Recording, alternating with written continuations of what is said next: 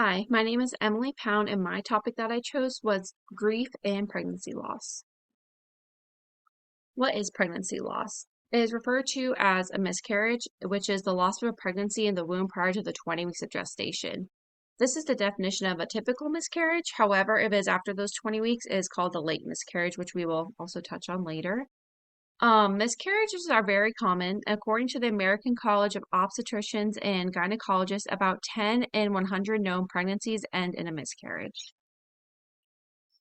Some of the causes of pregnancy loss are usually random events of miscarriage.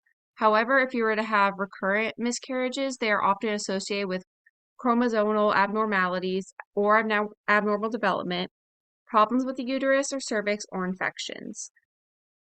Previous research has found that there are almost three-fourths of those who have experienced a pregnancy loss blame themselves, and some of those reasons why they blame themselves is because of these misconceptions. Some of these misconceptions that people think are leading to miscarriages are stress, anxiety, bodily strain, working while pregnant, having sex, air travel, and even spicy food. These are not known causes for miscarriages, but are just misconceptions that people believe.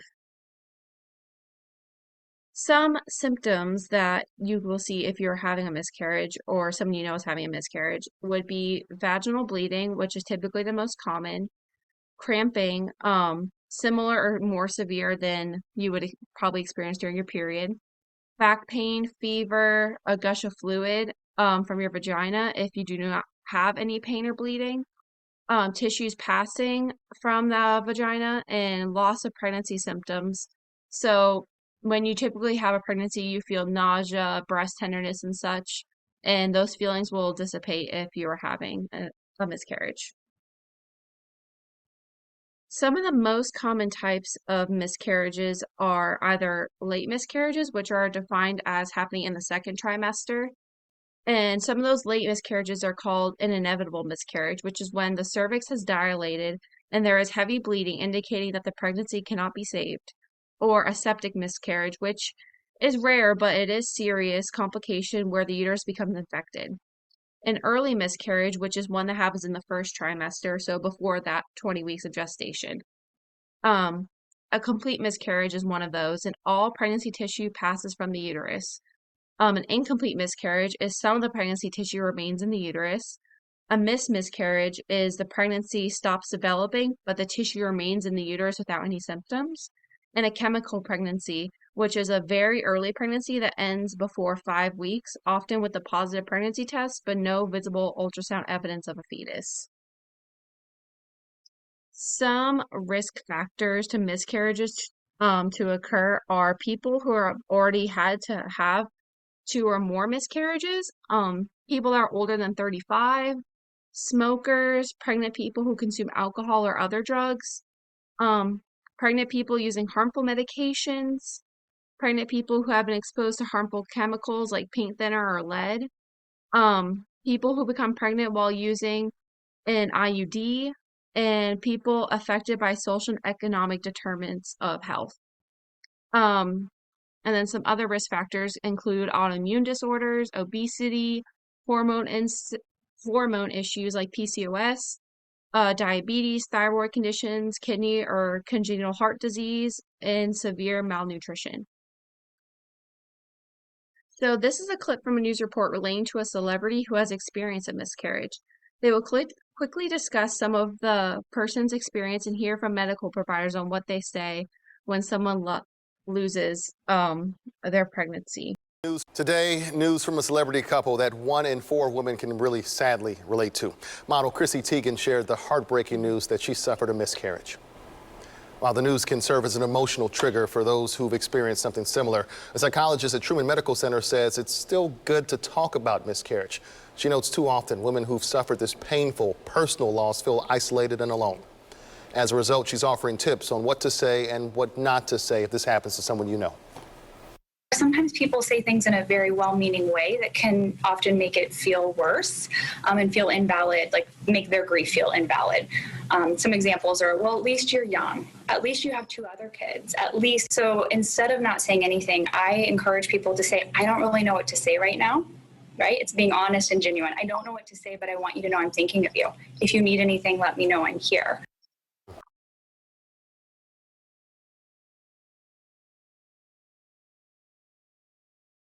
Okay, so since this is definitely a heavy topic, like the news report also mentioned, and a sad topic, it's time to enlighten it a little bit about, and then we'll jump into how miscarriages affect clients and counseling.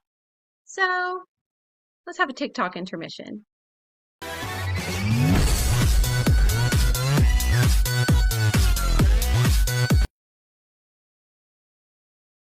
There you go, fun time.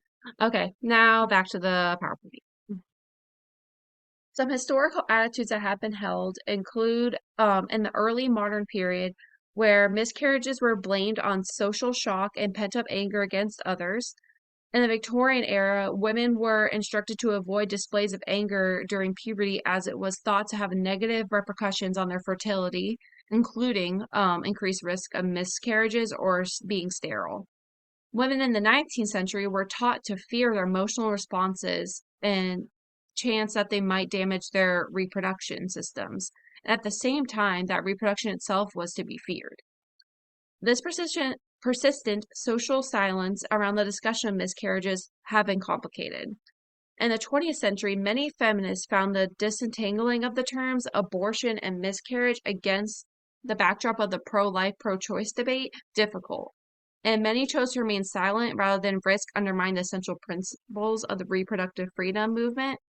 So, essentially, throughout history, there's been a theme of blaming women and their behaviors as to why they end up losing a baby while they're pregnant. And even though the knowledge arose in the 20th century as to why miscarriages happen, it is still wasn't addressed due to social stigma, and these misconceptions to blame women persist. Some mental health consequences of pregnancy loss. So, individuals' responses to pregnancy loss may vary between women and can be influenced by age, race, culture, religious beliefs. However, no matter their background, most experience anxiety, stress, and depression.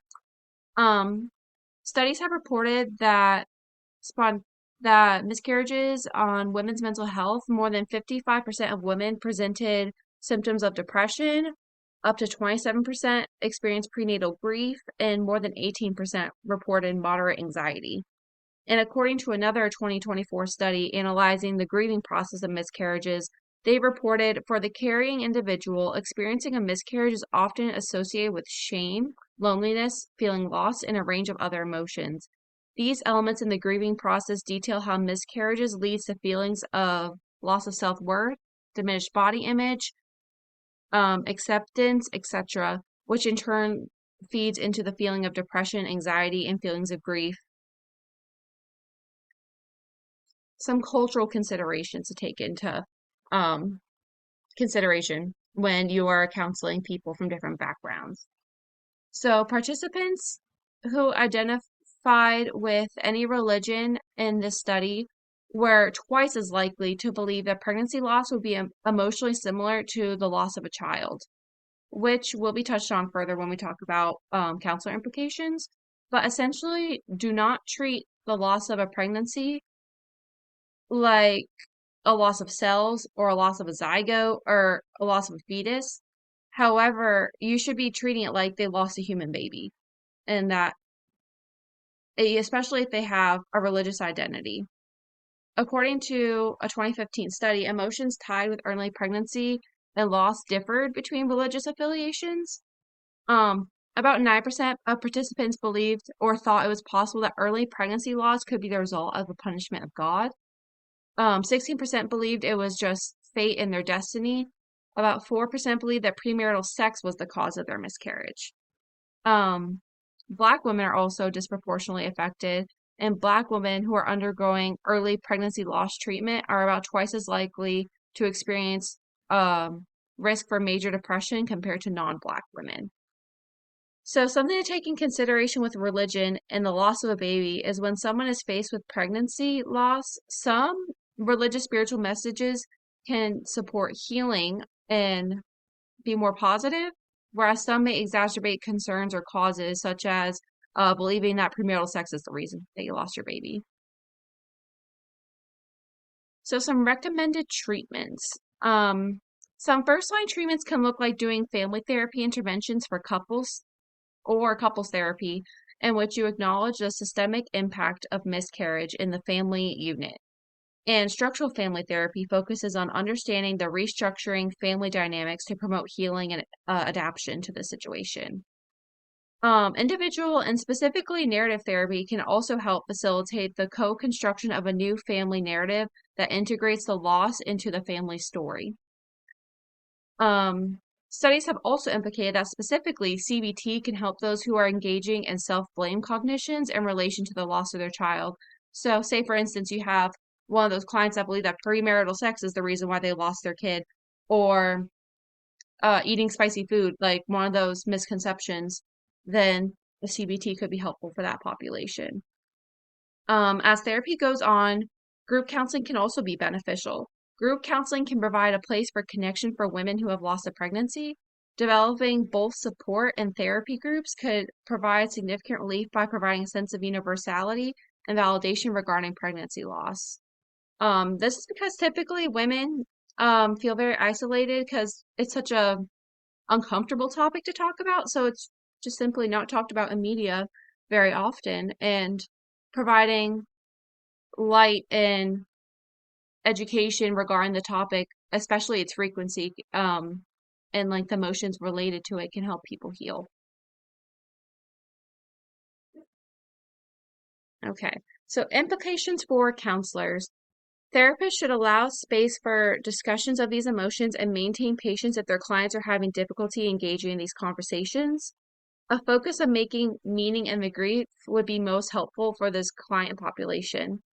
The data suggests that those who express hope after miscarriage also reported having significant systemic support. However, those who did not have hope in their data also identified they had minimal systemic support. So, if your client doesn't have any natural support system, say within their family, it's just them and their partner, or maybe even their partner left them after the situation, and they have minimal systemic support, maybe group counseling would be a great option for them. When doing therapy, many study participants have experiencing pregnancy loss stated that they needed to hear that their loss was valid and they did lose a baby, not just a pregnancy. So participants of a study of women who have lost a child in pregnancy also strongly encourage counselors to help normalize pregnancy loss. So counselors who work with women could be reaching out to area clinics, birth centers, and Planned Parenthood clinics to promote education, develop referral sources, and to advocate for the efficacy of counselors after a pregnancy loss. So, like I said earlier, language is important. Like, don't be using don't use the words like you lost a fetus, you lost some cells, you lost, I don't know, your pregnancy. Trying to try to keep into mind your language when you're with a client that they lost a child. Like, even though birthing did not happen, this child did not come into this world yet, to them it's still a child. Do not diminish their experience. And counselors should also support women as they test their assumptions regarding social pressures surrounding their loss. So, some resources that I would recommend for clients. The first resource I have attached is a national support network called SHARE. The primary purpose is to provide support toward a positive resolution of grief experienced at the time of or the following the death of a baby. The support encompasses emotional, physical, spiritual, and social healing, as well as sustaining the family unit. Their secondary purpose is to provide information, education, and resources on the needs and rights of bereaved parents and siblings. The objective is to aid those in the community, including family, friends, employers, and members of any congregation, caregivers, professionals, and others in a supportive role. It is also easily accessible by the app they create as well. So I like that part. The second resource attached is the Tears Foundation. The Tears Foundation has served thousands of families in need, both in financial and emotional support services. You might be asking what those financial services might look like. It is actually for assisting the grieving process for paying for funerals for these parents to get their children. Um, a third resource in Postpartum Support International. I like this resource a lot because it gives so many other resources needed within one web page. It's not just for postpartum for people that have children experience postpartum depression, but it's also for the loss of a child. So some of those resources that they include are helplines, support group information, peer mentor programs, specialized support coordinators, finding providers near you for your physical and mental health needs. Let's see. And then a variety of links of information and help. And they also have an app as well, so it's also easily accessible, which is great. And also for Floridians that shop at Publix, if you've ever been asked about donating to the March of Dimes, one of the many things they do is help families who have experienced the loss of a child both in and out of utero. So keep that in mind, maybe if next time you shop at Publix and they may ask. They only do it every so often. And here are my references. So thanks for watching, and if any students are watching this in the discussion board, feel free to ask any questions or make comments, and if I remember, I'll look and reply. Thank you.